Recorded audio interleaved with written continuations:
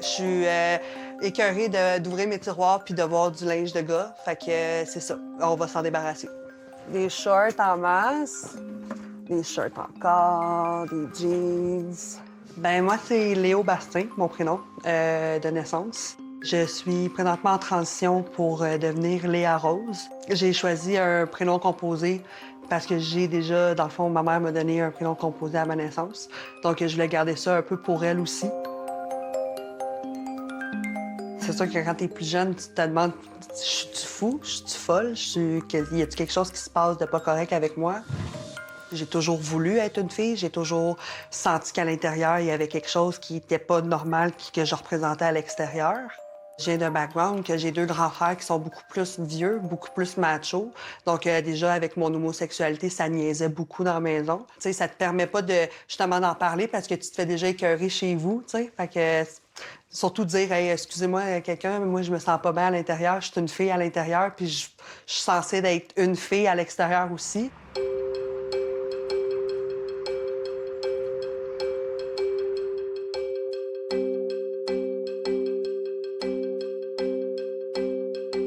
C'est elle. Mon serpent que j'ai tatoué ici, c'est Marie. C'est un serpent que je connecte beaucoup avec. Je le flatte, puis la queue va vraiment faire ça comme un chat, là. Tu sais, elle est vraiment gentille, elle va me coller. Beaucoup de cultures, on voit ça comme un signe de longévité, d'éternité, qu'on fait toujours peau neuve. On n'a pas vraiment le choix de dire ça, là, tu sais, que c'est une peau neuve quand on regarde avant qui j'étais, puis maintenant. Ouais, ça change vite. Ça change même très vite.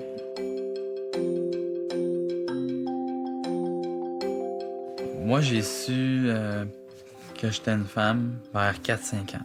J'ai un grand frère et une grande sœur, ils étaient à l'école. Moi, j'étais tout seul à la maison avec mon père. Mon père était musicien. Fait que quand on s'entend, il pratiquait sa musique, mais on sait papa puis il fait quoi. Fait que pendant ce temps-là, j'avais comme un peu le champ libre pour prendre les rouges à lèvres à ma sœur, les talons, des affaires comme ça.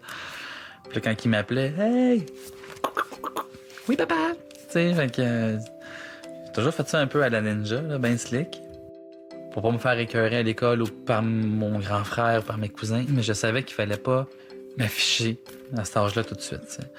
Moi, quand je vois des jeunes qui s'affichent comme ça, j'en reviens pas de leur courage, de leur force, de leur honnêteté de le dire comme ça. Quand je les regarde se dévoiler, je suis comme « Oh my God, ils sont vraiment game, là, tu sais, ça se peut pas. » Mais moi, j'aurais pas été game de faire ça.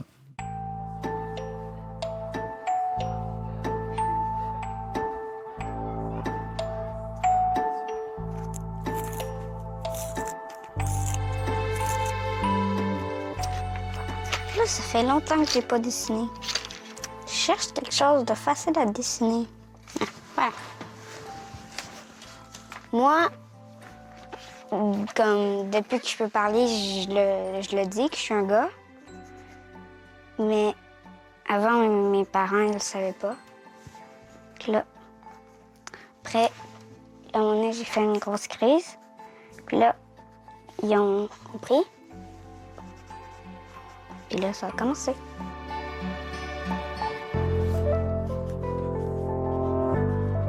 Moi, je suis du genre à parler pour expliquer, puis Abou voulait juste jamais que j'en parle.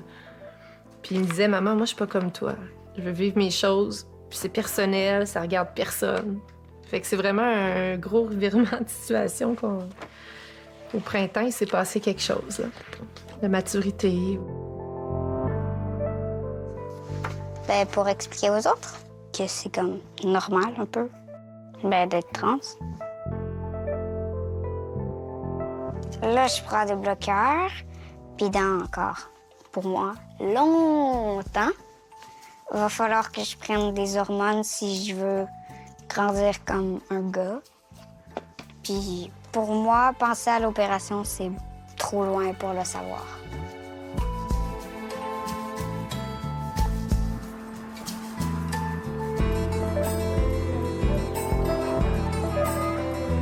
Moi, je m'appelle Kia, j'ai 37 ans. Je suis arrivée ici au Québec à l'âge de 3 ans, du Cambodge. J'étais quelqu'un de solitaire. Je jouais beaucoup avec des animaux, mais en plastique, dehors, tout seul. Et quand j'étais jeune, on n'avait pas Internet dans ce temps-là. je savais pas qu'est-ce que j'étais. Je me disais peut-être que j'étais une fille, puis là, il fallait que j'aille aux toilettes des gars. Je suis comme, oh non, faut que j'y aille encore, tu sais. J'étais gênée, j'avais honte d'aller là. Pour toi, c'est pas naturel? Non, c'est ça. Okay. Fait que j'haïssais ça, fait que je voulais pas que le monde me voie. Ça à 12 ans que je me disais, ah non, mes seins vont pousser, mon truc va tomber. Je pensais vraiment ça. Moi, j'ai eu l'opération de faire la pomme d'Adam, la série. Puis, dans le fond, il te coupe vraiment la gorge, là. Puis, t'es juste gelé sur le cou. Puis, il te gratte, là. T'as un miroir au plafond, puis tu vois vraiment ce qu'il fait, là. Puis, ben, c'est ça. J'ai juste fait ça. Parce que je trouvais que la pomme, je trouvais que c'est ça qui me stressait le plus, là. T'sais, les hormones, ça a été correct, là. Je garde ça naturel. Il y a beaucoup de trans que je trouve qu'ils vont se faire des gros implants parce que ça, c'est la féminité pour eux. Peut-être pour des hommes aussi en général, mais moi, c'est pas ça. Moi, c'est vraiment dans ta tête, faut que tu te sentes fille. Puis ton corps, ben, ça vient avec après, là. Dans le temps, c'était avec la gardienne au début que ça avait commencé. Quand mes parents partaient, je lui demandais de pouvoir d'être une fille avec elle. J'allais à l'école, je prenais toujours du linge de fille que je mettais en dessous, puis je mettais mon linge de gars par-dessus. Je me sentais comme pas bien d'avoir mon linge de gars, donc j'empruntais le béret de mon amie Marie-André ou le foulard de Marilyn qui était à côté pour pouvoir dans l'autobus. Alors, j'avais toujours de leur linge à elle sur moi. Ouais, tu te fais une raison, tu te dis peut-être que parce que si j'ai une blonde, si j'ai une amoureuse, je vais retomber dans le droit chemin parce que tu comprends pas. Puis ben, j'ai marié Karine. Ça a été ma première et ça a été ma seule et unique amoureuse. Là. Vient le premier enfant, tu dis OK, j'ai un enfant, là, qu'est-ce que je fais? Puis arrive le deuxième. Puis là, celle-là, à ce moment-là, je me suis fait la réflexion, c'est fini. Là, t'es face au mur. Parce que là, j'en avais pas parlé à Karine.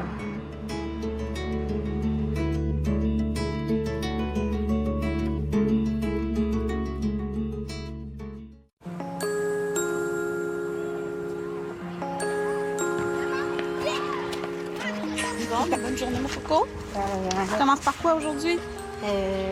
L'univers social. L'univers social? Si aujourd'hui vous allez vous promener? Oui. Oui, c'est cool ça. C'est chanceux, hein? Il fait beau. Toi, t'as ton examen de maths? Oui. Abou et Dalia ont 2 mamans, donc Brigitte et moi. On a eu 2 enfants par insémination artificielle. On a porté chacun d'enfant, chacun notre tour. Puis à un moment donné, on s'est séparés. Fait que maintenant, ils sont en garde partagée, 50-50% du temps. Fait que ça va bien. On habite le même quartier, les enfants ont toujours le même entourage. Là.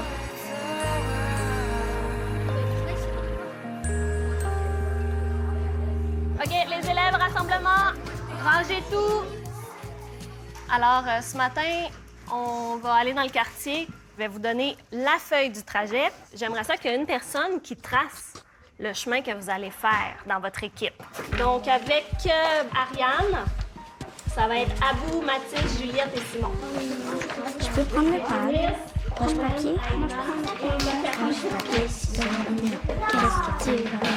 Dans mon école, on fait pas d'examen. Ben, on peut faire les projets qu'on veut, comme on parle plus, puis on a plus de décisions à prendre. C'est ici, ça fait qu'on continue jusqu'ici. Oui. C'est bon. Ben, il y a la chance d'avoir sa maman qui travaille dans son école parce que je suis souvent la personne ressource. Quand mes collègues font face à des situations où ils ne savent pas quoi répondre, ils viennent me voir, puis ça arrive régulièrement. C'est le fun d'avoir la mère à l'école parce qu'on peut aller la voir. Sœur Rachel, c'est pas le prochain coin, c'est l'autre.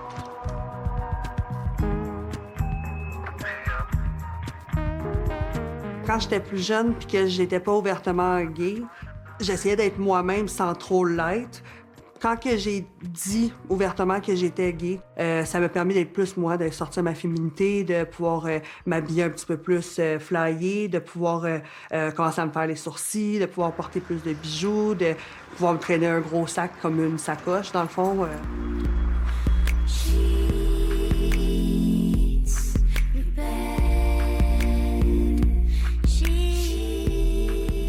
ton tête un petit peu, par exemple. Ça faisait longtemps que j'avais pas marché avec ça. Je sais pas si je serais capable de prendre la fuite, par exemple.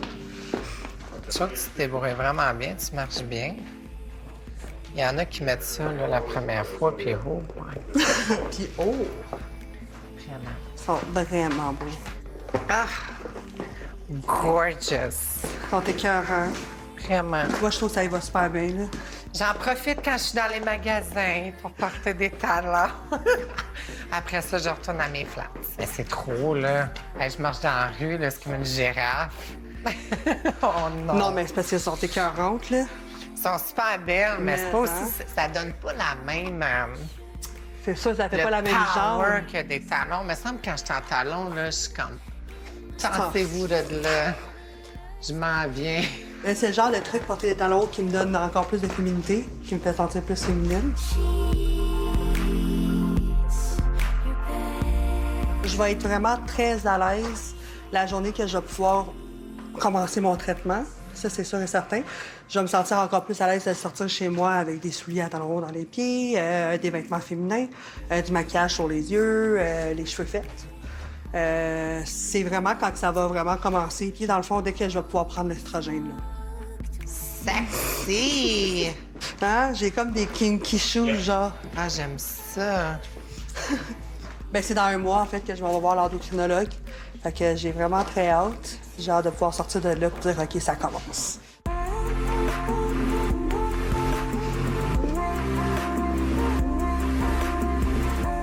Le 1er juin, là, je m'étais rasé comme la veille. Puis le 1er juin, je me suis dit, non, tu te rases plus. Tu te rases la barbe, mais tu te rases plus la tête. Jamais. Genre. Fait que là, c'est aussi de te faire le moment que tes cheveux vont pousser, genre, tu sais. T'es en femme, mais tes cheveux, c'est de long.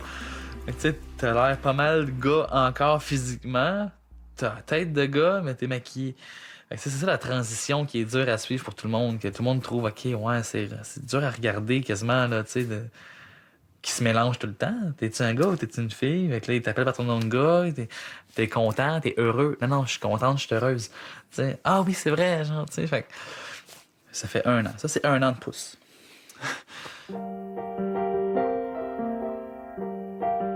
Ça, c'est les papiers pour changer la mention sexe et le nom au gouvernement. Renseignements sur le demandeur. À propos de l'opération, du changement de sexe, j'y ai toujours pensé. Je me suis toujours dit que je voulais le faire. Puis, c'est sûr que je me sentirais beaucoup plus femme, avec un corps entièrement femme, on pourrait dire. Mais plus ça va, plus je me dis, ben, je me sens déjà femme en ce moment. Je me sens, tu sais, comme là, j'y pense pas là, que j'ai ça, là, tu sais, puis je me sens femme à 100%. Là.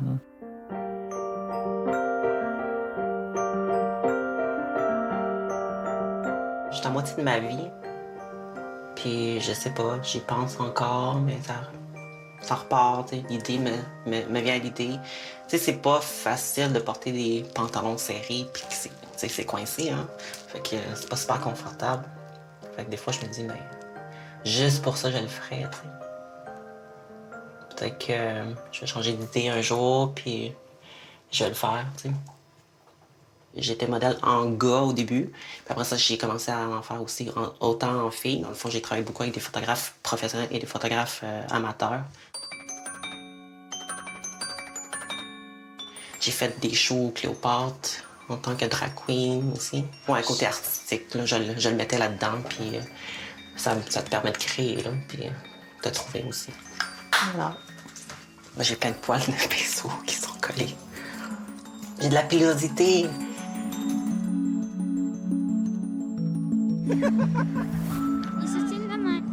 On était allés en vacances avec les enfants. On était partis aux États-Unis. Là, je vivais la déprime complète. Je partais tout le temps à pleurer. Je m'en allais toute seule. Puis au retour dans l'auto, j'avais 2 choix. Est-ce que je le dis ou je finis ce que je vis?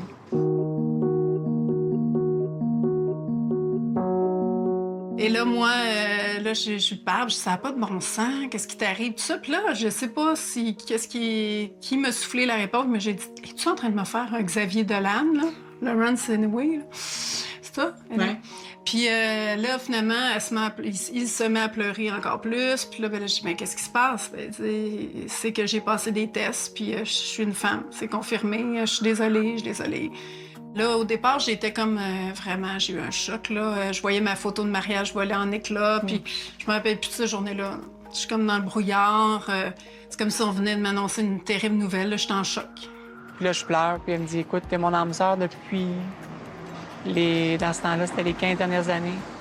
Puis depuis cette journée-là, je dirais, le parfait bonheur. Ça a vraiment été le plus beau jour de ma vie, cette journée-là.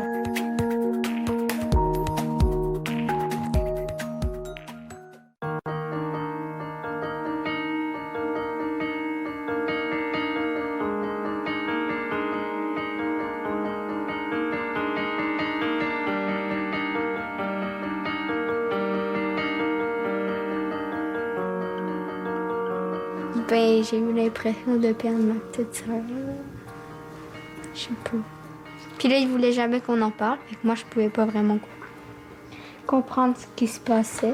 Puis à chaque fois que je voulais lui en parler, ben, il se mettait à pleurer.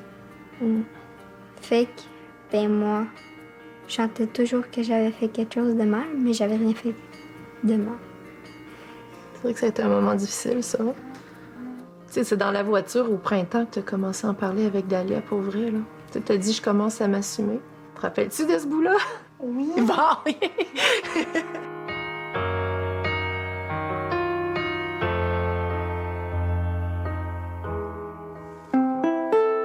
Ça faisait vraiment longtemps qu'on cherchait un prénom. Vraiment longtemps, puis il n'y a rien qui faisait son affaire. Puis son prénom féminin, ben parce que ça commençait par un A, puis parce qu'il y avait plein d'autres particularités, il était attaché à ça, même si il voulait pas qu'on l'appelle comme ça. Fait qu'il cherchait un nom masculin qui ressemblait un peu, puis il en trouvait pas. Je voulais que ça commence par un A. Puis, c'est ça. Fait que là, aussi, à ma mère, quand j'étais petite, elle m'appelait Boubou. Fait que là, maman, ça faisait vraiment longtemps, on trouvait pas. Puis là, à un moment donné, elle a juste dit genre Abou pour niaiser. Puis là, elle était comme, moi, je voulais vraiment. Puis là, elle a vu que je voulais vraiment. Fait que là, c'est resté. J'ai lancé ça comme ça, Abou, là. Puis moi, c'est une blague, là, parce que j'étais un peu découragée. Puis le regard qu'il a fait, c'était juste wow, OK, tu sais, ah oui, maman, c'est ça. Fait que la première nuit où il a dormi avec ce prénom-là, le soir même, en fait, je l'ai couché. Puis là, cette nuit-là, il m'a regardé, il m'a pris les mains, puis il a dit, maman, réalises-tu, c'est ma première nuit comme Abou. Puis il s'est endormi, il a fait un grand soupir, puis il s'est endormi paisiblement. C'est la première fois qu'il s'endormait comme ça. Je dors comme une bûche. Ouais, il n'y a plus de problème de sommeil. Ça, c'est vraiment ça. À chaque étape qu'il a fait dans sa transition, il y a des problèmes qui se réglaient. Ça a été ça. Fait que à bout, on ne pouvait pas le changer, là. Hein?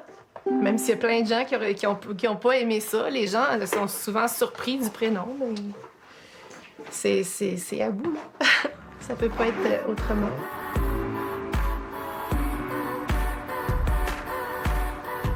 J'ai hâte d'avoir rendez-vous chez l'endocrinologue, j'ai hâte de faire mon bilan de santé, j'ai hâte de voir, j'ai hâte qu'ils me disent « OK, c'est beau, c'est que ça commence, on te met sur 1 mois sur les bloqueurs d'hormones mâles. » J'ai hâte de voir le changement, c'est sûr. J'ai hâte de plein d'affaires, j'ai hâte d'aller magasiner, j'ai hâte de voir le changement, justement, quand je vais me regarder dans le miroir, de voir ça bouger, de prendre place, de voir le résultat, surtout.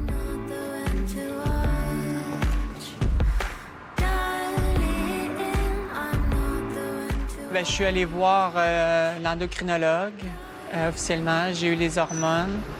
En décembre de cette année-là, bien, j'ai fait faire une augmentation mammaire juste avant Noël. Puis j'ai eu l'opération le 2 avril, à ce moment-là. Puis à partir de ce moment-là, bien, j'ai été une femme. Puis ça a été l'accomplissement, disons, de la boucle était bouclée.